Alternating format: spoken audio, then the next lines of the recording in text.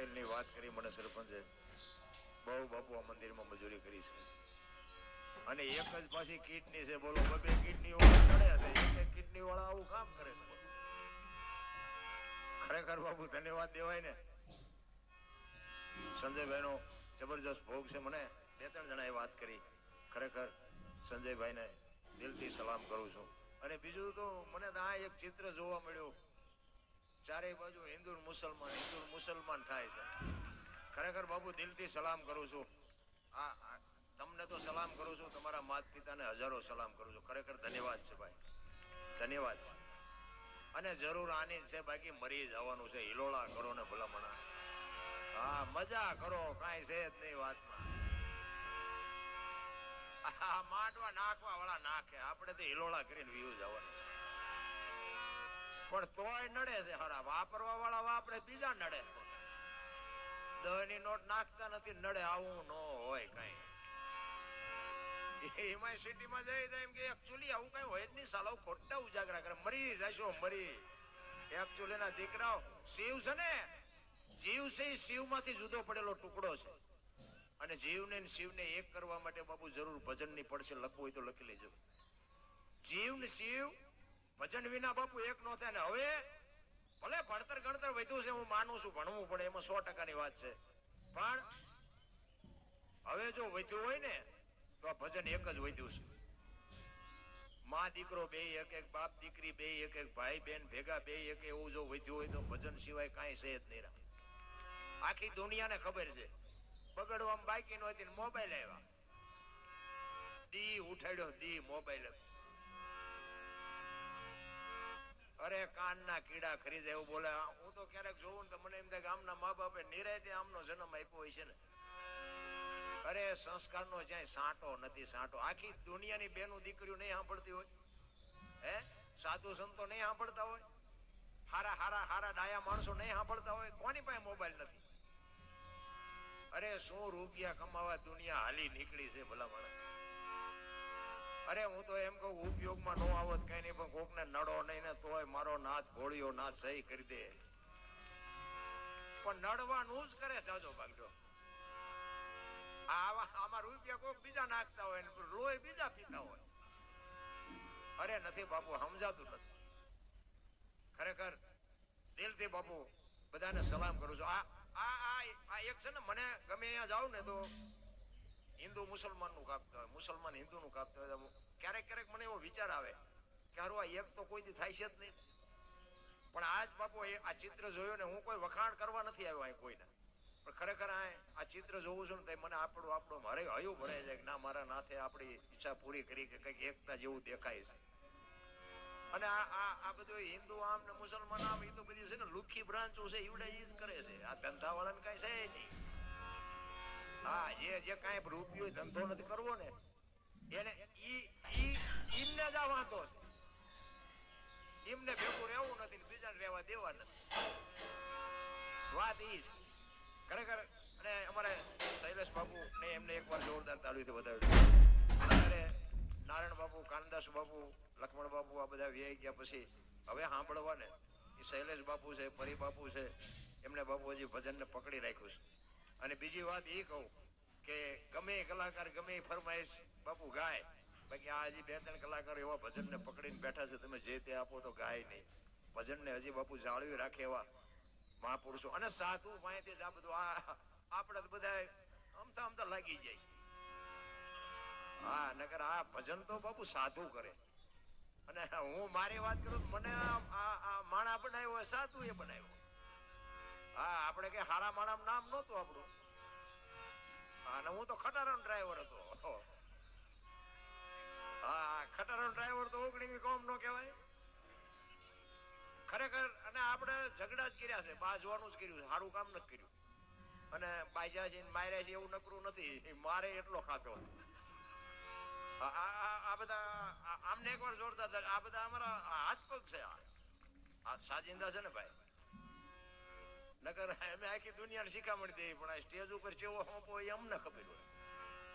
તમે જોતા હશો, કલાકાર બદલાય તો બધું બદલી જાય. નકર આના સાજિંદા બીજા કલાકાર નો હાલે, પણ હું જોઉં ના રે. હું તો સાચું જ કહું છું કે તમે અને મને બોલતા શીખડાયો સાચી થાય. હા, ને કે મને બોલતા નતું આવડતું, ગાતો તો હું જેવું તેવું સાચું ખોટું મારો રામ જાણે. અને આમાં બીજી વાત એ કહું કે આ બધું છે ને બધા ગાયેલું છે એ કહું છું કે હું બોલું છું.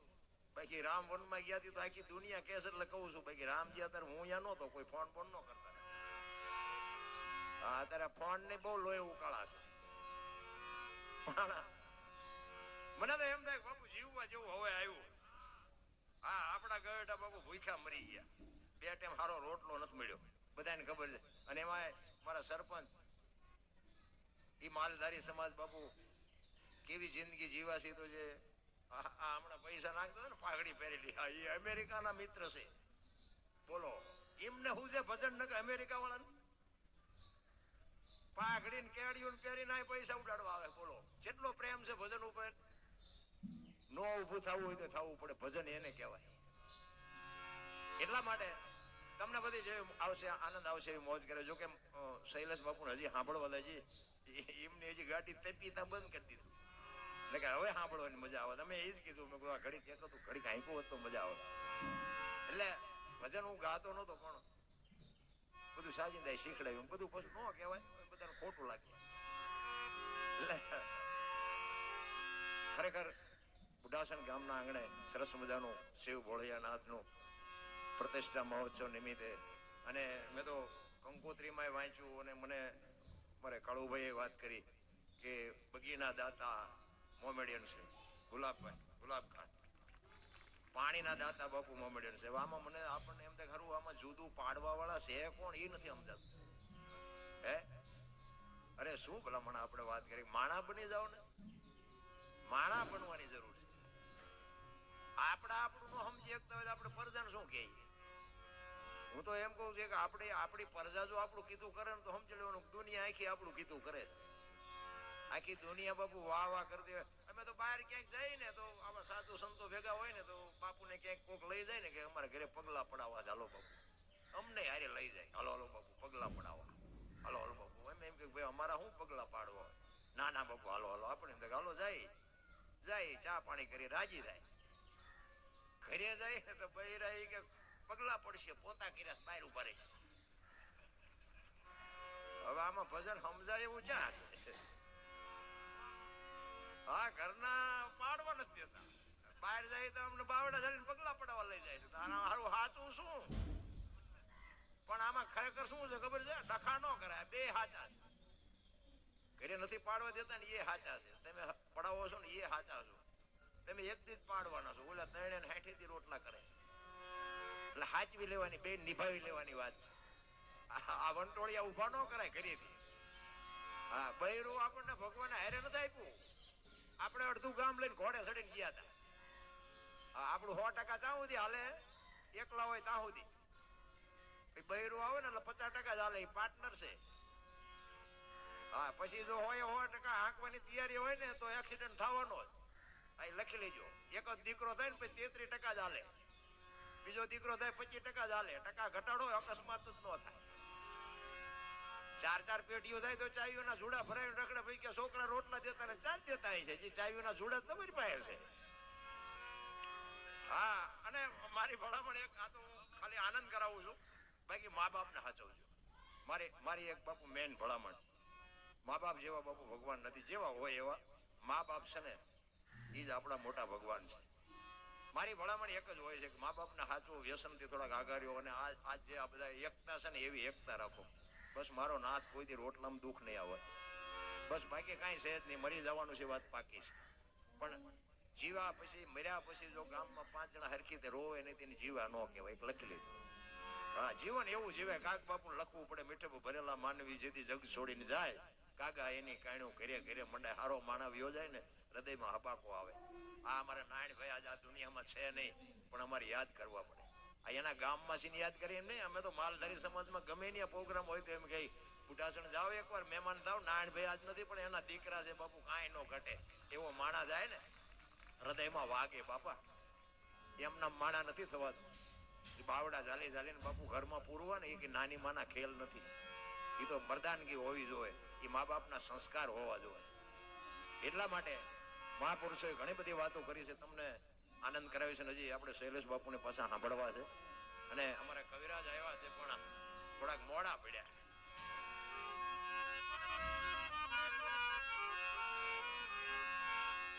બોલ સદગુરુ મહારાજ કી જય. સત્ય સનાતન ધર્મ કી જય. બોલો જય બોલો. હા, તમારે બે આવવાનું છે, મથવાનું છે અમારે. ગુરુદત્ત મહારાજ કી ઓમ નમઃ પાર્વતી પદે હર હર હર હર મહાદેવ. તમારી જે છે ને એ બાપુ અમારી સફળતા છે. તમારી જે એવી કરંટ વાળી હોય ને અમારા આંતરડા તોડી નાખી. બોલો અમે એક જગ્યાએ ગયા હતા ને, 2-3 કલાકાર હતા. એમ ભજન ગાયા, દુઆ છંદ ગાયા, લોકગીત ગાયા, માતાજીના ગરબા ગાયા, રાહડા ગાયા, પણ હિલ્યા જ નહીં. આખું ઓડિયન્સ આથી 3 ઘણું હતું. કોશું ગળી ગયા હોય બેઠા હતા. હલે ચલે ઊંચો હાથ નહીં, પૈસો નાખે નહીં, દાંત કાઢે નહીં. આપણે એમ કે સારું ક્યાં ગરી ગયા છે આપણે.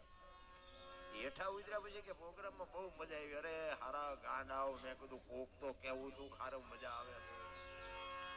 અરે અમને એક વગાડતા પરસ્યો વળી. એમ ઓડિયન્સની જ બાપુ આ ખૂબી છે. પ્રોગ્રામ સફળ કરવો ને એ અમે ગમે એટલી મહેનત કરી અમારથી ન પતે, પણ તમારો ઉમળકો હોય ને તો જ અમારી પાસેથી કંઈક નીકળે.